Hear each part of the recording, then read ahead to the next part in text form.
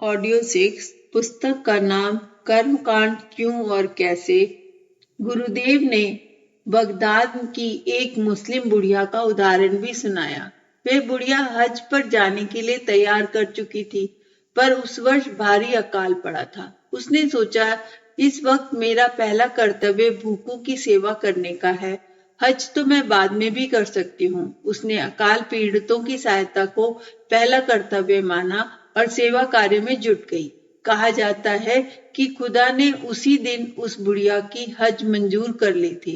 इस पर फरिश्तों ने ऐतराज किया कि जिन्होंने मक्का तक की यात्रा की है, उनकी हज तो मंजूर नहीं की, फिर इस बुढ़िया की कैसे कर ली। इस पर खुदा ने कहा, और लोगों ने तो केवल रास्ता ही नापा है, पर बुढ़िया ने मेरी सच्ची सेवा की है। हज के सिद्धांत को उसी ने समझा और किया है। उपासना, साधना और आराधना तीनों को ही बुलाकर हम एक पाए के घाट लेकर खड़े हैं। इसमें काम कैसे चलेगा? केवल मंत्र जपने से तभी तो कुछ लाभ नहीं होता। आज समाज में कितनी कुरीतियां हैं। दहेज का दानव किस तरह हावी हो रहा है। सैकड़ों बेटियां मौत के मुंह में जा रही हैं। बाल विवाह के नाम पर कितनी छोटी कन्याओं पर ग्रस्त का बोझ डालकर उनके शारीरिक व मानसिक विकास व प्रगति में के साथ खिलवाड़ हो रहा है। अशिक्षा, बेरोजगारी, भिक्षावृत्ति आदि समस्याएं छोटी नहीं हैं। इनसे देश समाज खोखला हो रहा है। जातिवाद, भाषावाद, प्रांतवाद, संप्रदायवाद की समस्याएं हैं। मृतक भोज की परंपरा कितनी घातक है। जो घर शोक के वातावरण में डूबा हो, वहां कमर तोड़ महंगाई के इस जमाने में दावतों की ये परंपरा कितनी क्रूर है। नशाखोरी बढ़ रही है। समाज में पश्चिमी सभ्यता के धब्बे लग रहे हैं। हमारी संस्कृता रूपी सीता का हरण हो रहा है। आज के समय में आराधना के लिए, अब इन समस्याओं के निराकरण के लिए युग की पुकार सुनकर आगे आना होगा। अपनी क्षमता, साधना, समय और प्रतिभा को नियोजित करना होगा, तभी सच्ची सेवा होगी। त्रिपदा गायत्री की यही भक्ति है। यदि इतना कर लिया तो समझो कि अध्यात्म की सही परिभाषा जान ली। आस्था संकट। साधना की इतनी सरल एवं सटीक व्याख्या को समझकर हमने अपने जीवन में इसका समावेश करने का संकल्प लिया, परंतु मन तो चंचल भी होता है और तर्कशील भी। उसकी जिज्ञासा पूर्णतः शांत कहाँ हो पाई थी।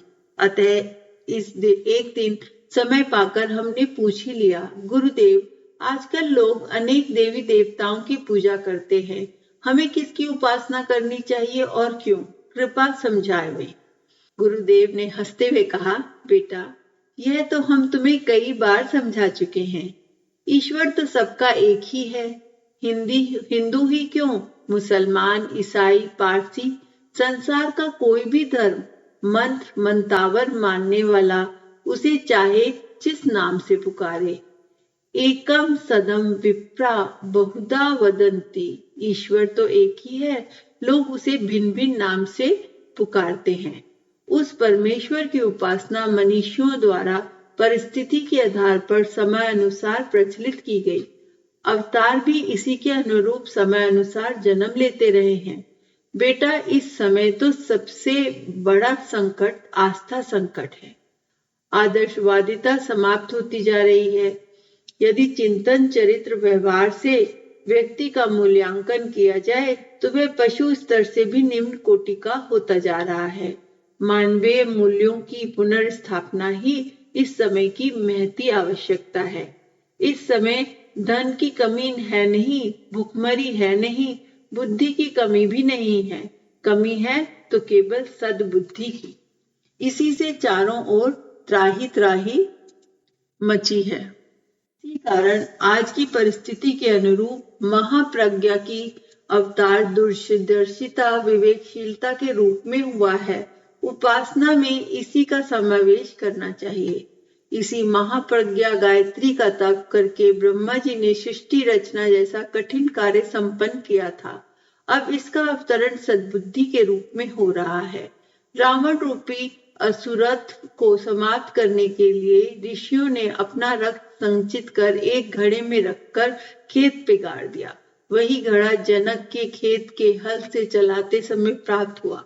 जब राक्षसों का उत्पात इतना बढ़ गया कि वे ऋषि मुनियों तक को समाप्त कर देना चाहते थे, तब सभी देवता प्रजापति ब्रह्मा जी के पास आए और आराधना करने लगे कि कोई उपाय बताइए जिससे असुरों का समाप्त किया जा सके।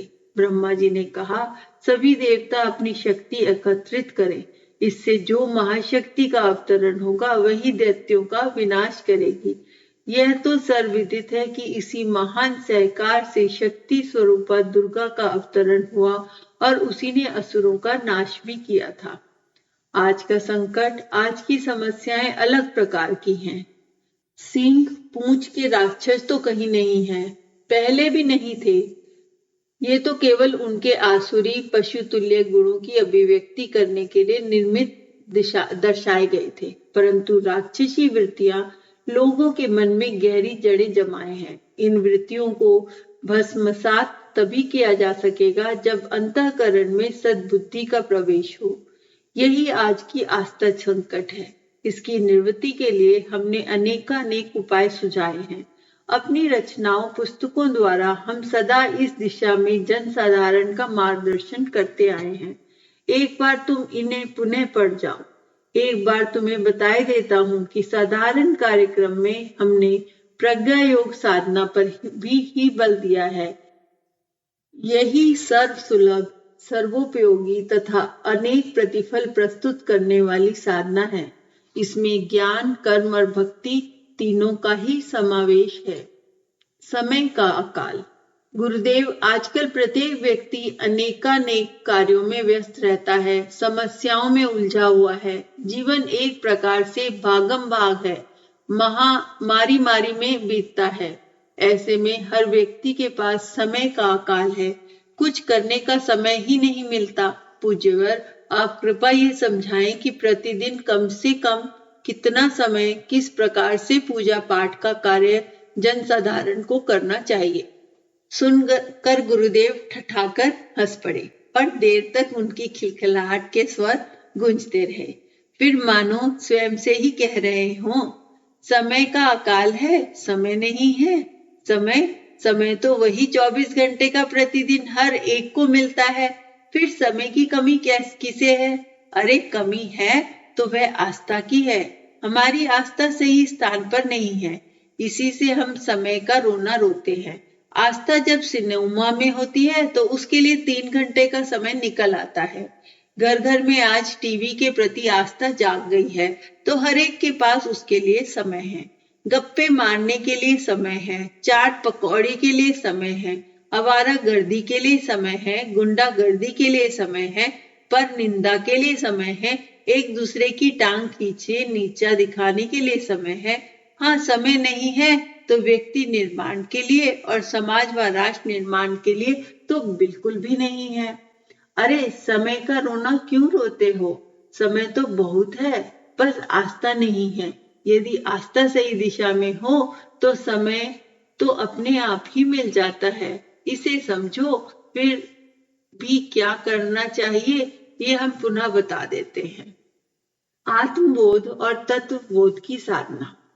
प्रातः काल आंख खुलते ही आत्मबोध की साधना प्रारंभ होती है। जागते ही पालती मारकर बिस्तर पर ही बैठ जाएं और यह दिन एक नए जन्म की तरह मानकर भगवान से प्रार्थना करें कि हे सर्वशक्तिमान भगवान, हमें ऐसी शक्ति देना जिससे हम सुर दुर्लभ मनुष्य जीवन को सार्थक कर सकें। यह जीवन 84 लाख योनियों में भ्रमण करने के बाद भगवान ने हमें उपहार स्वरूप प्रदान किया है।